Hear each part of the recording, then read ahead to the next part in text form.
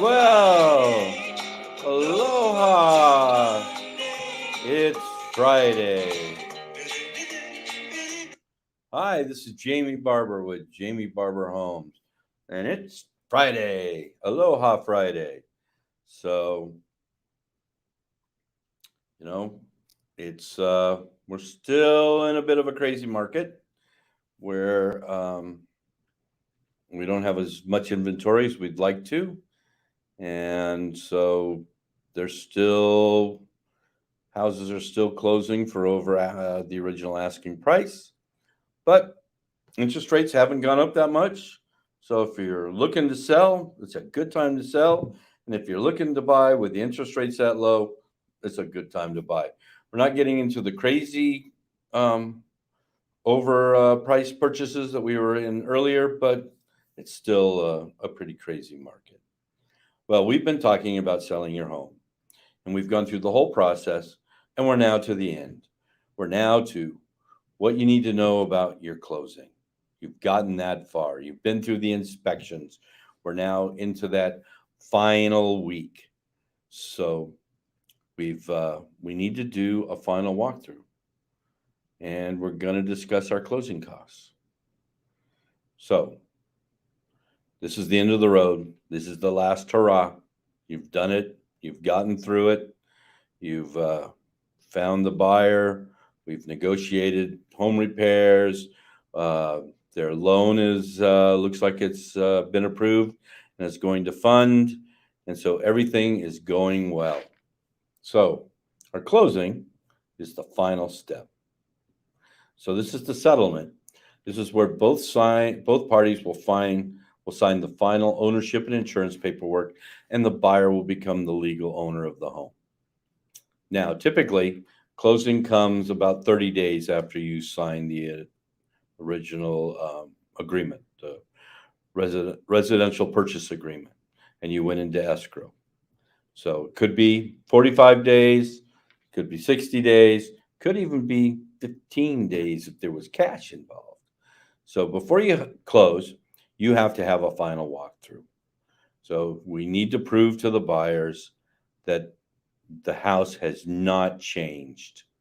Um, that when you after selling the house, you didn't like pour concrete down the drains, or you didn't knock holes in walls. So within the last couple of days before we make the final transfer of ownership, the settlement, you're going to let the buyer walk through the house. In most cases, no problems arise at this stage of the transaction. If something's amiss, me as your agent or your agent usually can walk you through it. The final walkthrough mostly gives buyers peace of mind, knowing that you, the seller, have adhered to the conditions of the sales contract and home inspection related matters. Now, you as the seller need to follow these steps to prepare for the final walkthrough. Make sure the house is clean. Clean that house. It should be spotless for the final walkthrough. Assuming the buyer is taking ownership on closing day, you should be fully ready to be moved into. Okay? Now, all the owner's manuals and warranties for the appliances you're going to leave, those should be there for the buyer to have so that you can transfer it over. Okay? And then also, make sure you provide a little vendor list. You know, the electricity, the water, the gas, the trash. Also, who your gardener, who you use to do maintenance around the house, things like that will help the new homeowner. And then also make sure you do one final walkthrough to check for anything that you may have forgotten. All right. You never know what may be in that back closet. Turn off the water. Well, you make sure that on your final walkthrough that the water's still running, water, electricity, gas, so that they want to turn on and off anything. At the last minute, then you turn all of it off. Or hopefully the buyer has a transfer date where you set up you tell the buyer what all your utilities are, and he calls, and so on that day of the settlement, the utilities transfer from you to him. And last but not least, make sure you lock your home. When the final walkthrough is over, you will give your agent the keys, and if you want to be there, you can, or if you don't, you don't. Give your agent the keys, and your agent can then transfer the keys, give the keys to the other agent or to the buyers, and the house is theirs. It's all done. But let's assume that the final walkthrough's gone smooth. And now you've into your final day, into the settlement. And you're getting info about your closing costs from the title company. So the buyer's mortgage lender will provide the buyer with a closing disclosure, and three days usually before the settlement. This is a formal statement of the buyer's final loan terms, closing costs. As the loan borrower, the buyer's entitled to a 3-day review period to see if there's any significant discrepancies between their closing disclosures and the loan estimate. Okay. In most cases, there's no major discrepancies between the closure disclosure and the loan estimate. However, if certain closing costs differ by 10% or more between the estimate and the disclosure, the buyer's loan has to go back to the mortgage lender so the cost differences can be reviewed. Now, you should expect to see these people at closing.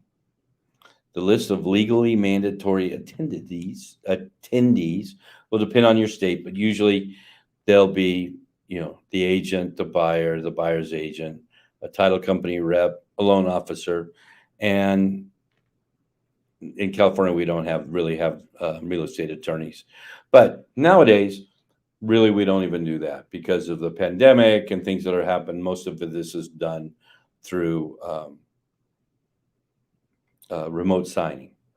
We use DocuSign. Certain things have to be done. Title transfers, loan paperwork has to be done with a notary. So those will be done between you and the notary. Very few people will show up for those. Okay. So we can do e-closings here in California. Now, remember, and we started it. This was at the beginning. There will be a list of closing costs that you'll see. You should discuss that with your real estate agent at the beginning. He should be able to provide you with an estimate of closing costs, so you'll see what has happened. So the buyer usually has to come up with some of the money to cover the closing costs. You may have in the request for repairs, credited some of that money to covering the buyer's closing costs. So, but you should expect to pay. So for every $300,000, you should expect to pay somewhere between $15,000 and $30,000 in closing costs. So somewhere between 5 and 10%. And closing costs for the sellers typically include you pay for the commission for the agent and the buyer's agent. So let's say it's 3% either side, 2.5% minimum, but mainly 3%, so 6% total or 5% total. You'll have to pay for the transfer taxes and the recording fees, the loan payoff costs, your unpaid homeowners association dues, your homeowners association dues included up to the settlement date, prorated property taxes, escrow, title, and or attorney fees. So after closing, you should, if you're going to the closing, make sure that you have your government-issued photo ID, a copy of the ratified sales contract, house keys, garage remotes, mailbox keys, gate keys, any pool keys.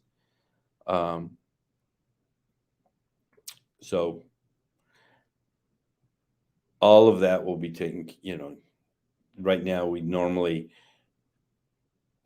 don't meet at closing. So a lot of this is from before. Now it's just you meet with the with the notary to sign the paperwork. And you will need a government issued ID for that. Okay. Like we talked about, make sure you transfer the utilities, or make sure you turn off the utilities and tell the utilities that there's going to be a new buyer. Then the new buyer will hopefully transfer the utilities to their names, and make sure that you put in a change of address if wherever you're moving to. And the big thing is, once that money clears and is in your account, it is time to celebrate. Or if that money clears and is in your account and then goes to another account because you bought a house, it's time to celebrate again. So that's it. We've gone through the whole process of how to sell a home, and that has been fantastic. Thank you for joining with me in this journey. We're going to find another journey next week to start on. I don't think we want to go back to buying a house. We'll put that off and start this whole process again.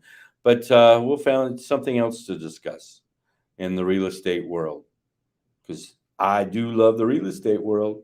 And you know what? It's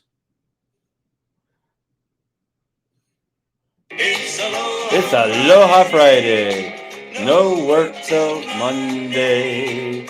So enjoy your weekend. Being in real estate, that's the time we get to go show houses and have open houses. So this is Jamie Barber from Jamie Barber Homes saying aloha. Have a good weekend. And if you need to get a hold of me, you can email me at jamie@jamiebarberhomes.com. All right. Have a great weekend.